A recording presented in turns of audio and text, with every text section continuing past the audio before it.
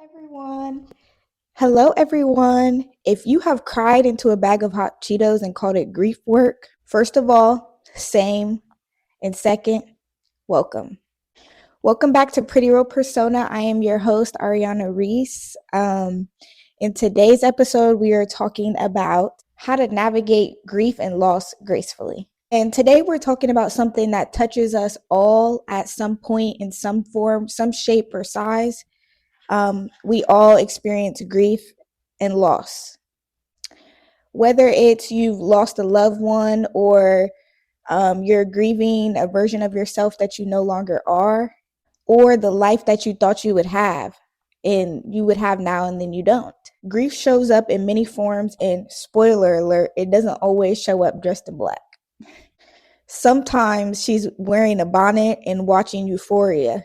But before we dive deep, let's do a quick soul check. So before we dive in, let's just take a deep breath. So let's breathe in and breathe out. And I want to ask you guys, what is on your hearts today? What emotion is taking up the most space in your soul today, in your heart? Have you given yourself a moment to feel, or have you just been on autopilot? And you don't have to fix anything right now. You're allowed to, you don't have to fix anything right now. You just have to notice. You are allowed to be exactly where you're at right now. So let's dive into it. I'll kind of answer the questions for me. So where's my heart at today? Just this topic, it makes me think about how, I recently lost my pet, my cat, Reggie. And so that makes my heart feel heavy. It makes me feel like, honestly, surprisingly, I feel a lot better than I have felt. Like, it's been a month.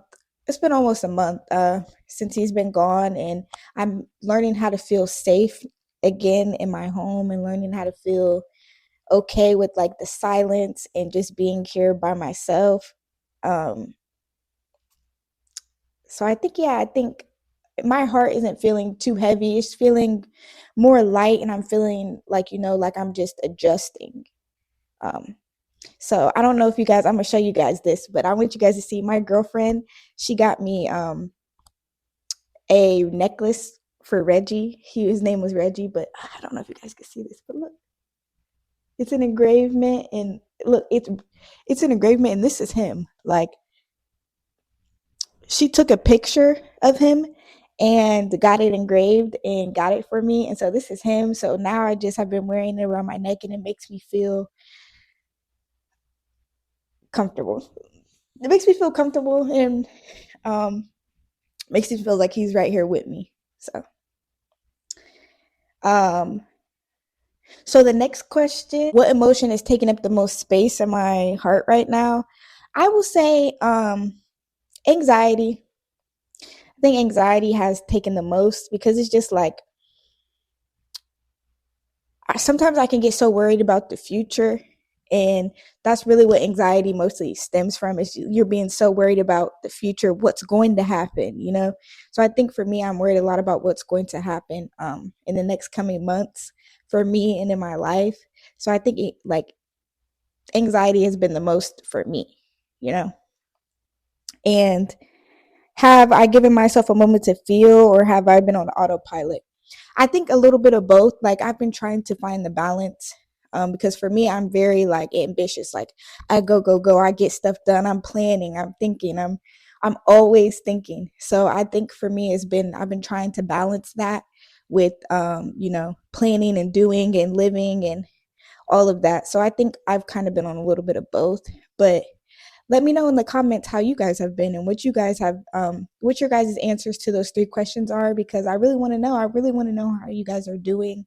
I love doing these soul checks. I love checking in with you guys, because without you guys, none of this, means anything to me. So it's like, let me know what you guys are thinking in the comments. I would love to hear, how you guys are doing. Like, how's your day been? How's your week been? How's your life going? So first, I want to start off talking about what even is grief anyway.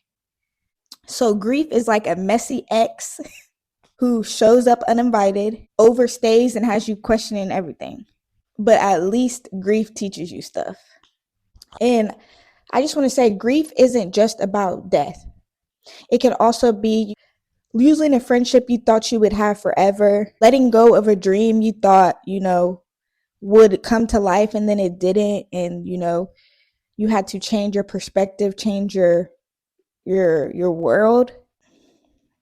And it can be outgrowing an identity that you once clung to that you can no longer cling to. So when it comes to friendships, I think this is one of the hardest things, like, people don't understand. Like, when most people talk about loss and grief, you think of like relationships or family, but really when you think about what it is to feel a loss of losing like a friend that is, and it doesn't even mean like death, but just a friend that's alive, a friendship that you thought would last forever, because it's like, you know, a lot of times friends, they know the most about us. They know our hearts. They know what we're going through. We vent to our friends. We talk to them about, what's going on in our lives. They give us advice. We go out and we experience things with people, with our friends, and our friends, hold a special part in our heart. I know for me, I value friendships extremely. Like, I love my friends. Like, there's nothing I wouldn't do for my friends. Like, and I value my friendships just because, like, when I felt like I didn't have family, or I felt like or even maybe unloved or unseen, or even, like, I didn't have family, I felt like I always had friends. Like, I would always handpick my friends, and I pride myself on, like, I've picked, I've have some of the best friends in my life. Like, I've had people who I know I can count on, like, um people who I know that if I need something, they got me. Like, and it's like, you don't have to talk to your friends every day, every week, Um, me, I'm the type of friend, I'm going to check up on you. I'm going to nurture my friendships. I'm going to see if you're okay, how you're doing. Um, but I'm also going to understand what you're going through, because it's like, in friendships, you have transitions in life. So it's like, I feel like that's where friendships can go wrong at times, is when you're growing. Like, we're all growing at our own pace. We're all growing through different situations. Like, for me, I have a lot of friends who are experiencing a transition of, like, oh, they're having kids, and they had their kids, and they're moms, and I feel like that is one of the biggest transition as a woman. Um, and I just feel like you have to understand that. Like, me, I completely understand that. So my mom friends, I don't expect them to text me back right away. I don't even expect to hear from them all the time, because I know that they are being moms. They're doing the most important job in the world, is being a mom. So it's like, when I do talk to them, I love to just check in with them, see how they're doing inside, because it's like, another thing is, we don't often check in on moms, and moms go through a lot. Moms are, they're that bitch. Let's be for real. Yeah. So, or just like when people die and you don't check up on people who are going through that transition, like that kind of lost. And then, or just the transition. Like, I know another one for me is like the transition of having friends all around you when you're in college, to when you're out of college, and it's like everyone goes, spreads out everywhere, and trying to keep in touch. I think sometimes, like, that's where, you can experience all of those things. I feel like those are times you can experience loss in friendships, that you thought would last forever. And it's like, sometimes it's like, it's okay. Like, you don't have to, dwell on the fact that, you lost a friendship you thought would last forever. Just, be grateful for whatever, that friend brought to your life, or the experience, or what you got to experience another person in that way. Because it's like, we're all human, and life is taking us in all kinds of different directions. It's taking us everywhere. So it's like, it's natural to experience that loss in life. And then letting go of dreams, that didn't, come to life. And it's like, that one is very hard too, because it's like, we all get this vision of what we want for our life, and we all start going down that path and doing the things. And it's like, life is our biggest teacher. So life will teach you what path you're supposed to go down. So it's like, if you keep hitting a brick road at something that you had dreamed for yourself, um, sometimes that's like, rejection is redirection. It's like, sometimes that's, you're being redirected towards something that aligns more with you and your path, and the path that you should be going down, and your purpose for being here on earth. Like, Sometimes, like, that's why you will meet resistance, or things won't happen the way they want to, or sometimes, things get delayed until you're actually ready for them. You're embodying that version of yourself. Um, so yeah, like, but it's important to, definitely try it like a few times, try different ways to get to your goals first. And it's like, don't necessarily just easily give up, but then I would literally spend a lot of time with yourself, reinvent, not even just reinventing yourself, but just talking to yourself, okay, and exploring things that you're good at so that you can, keep dreaming. And then when it comes to, like, the identity, outgrowing an identity that you once clung to, like, a lot of times, it's like we will say, like, like, we know who we are, but honestly, you have to really be self-aware, because your actions and your words, when they align, that shows you who you are. I'm going to say it again. Your actions and your words going together, or whether they do or they don't, or whether you're a person like where your words doesn't match your actions, or that shows you who you are. That right there is what shows you who you are. So it's like, a lot of times we just act like, oh, I know who I am, I know me, I know da da da da, but it's like, are you aware of how your actions and your words, like, align together? And not only that, but just like,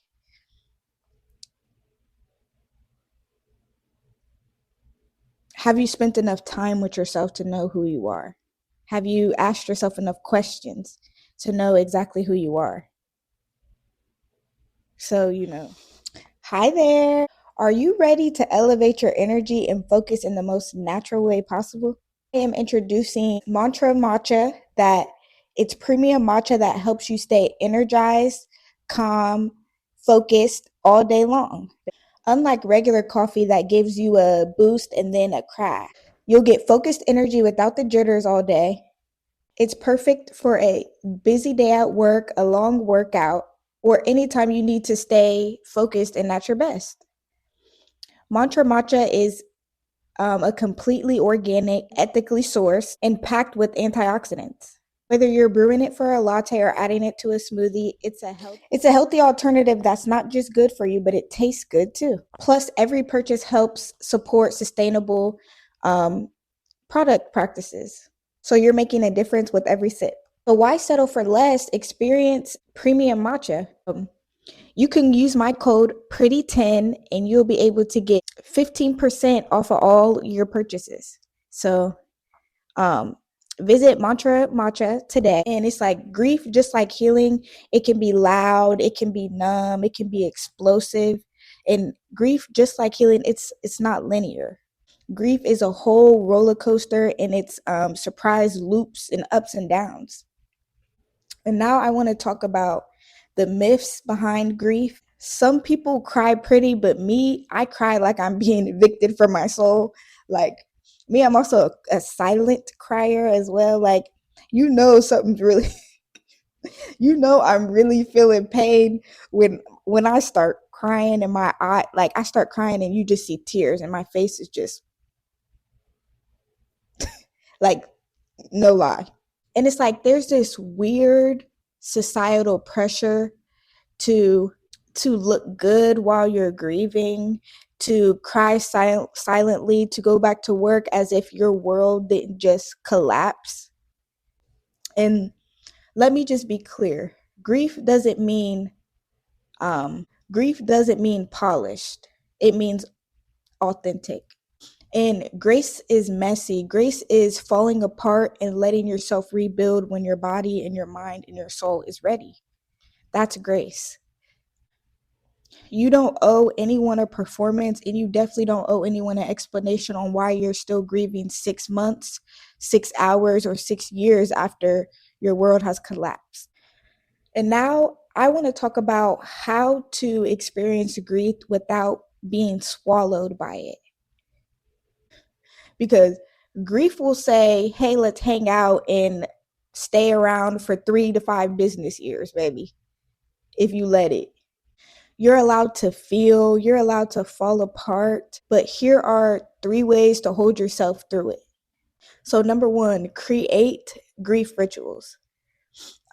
Whether that's you're writing letters or you're writing journal prompts. For me, I know when I lost my cat, I wrote out, I looked up some grief journal prompts and I started to write them out. And one of them was like, how can I honor, him? What would be a good way to honor him? And I wrote that out. And for me, that was a good way. So now that's how I think of it. I think of like, okay, how do I honor him as if, he's still here. And even if it's just like lighting a candle, and creating a container for your grief so it keeps it from spilling out everywhere. 2, say the thing out loud. Say, I miss them, I'm sad, I'm angry. I thought it would turn out differently. When you speak it, that's equal to releasing it. Speak it. 3, let people show up for you. And if no one's showing up for you, you show up for you. Take yourself on grief dates.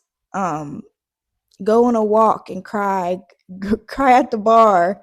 Rebuild yourself slowly. So I just want to close out with a soul-saving reminder. Here's what I want you to remember no matter what you've lost. You are not broken, you are becoming. There is no wrong way to grieve. You can hold sorrow and still choose joy. You don't have to carry it alone, and you're allowed to feel it all and still heal. And if this episode gave your soul a little grace today, I want you to do me a favor and do these few things for me. Share this with someone who might need it. Follow the podcast so you don't miss an episode. And leave a comment under the video so that we can keep this healing going. So that we can keep these healing conversations going. And remember, grief doesn't need you to look pretty. It just needs you to be real. And you're doing way better than you think you're doing. So until next time, thank you guys for tuning in, tapping into Pretty Real Persona. I am your host, Ariana Reese, and thank you guys for tuning in, tapping in. Bye, guys.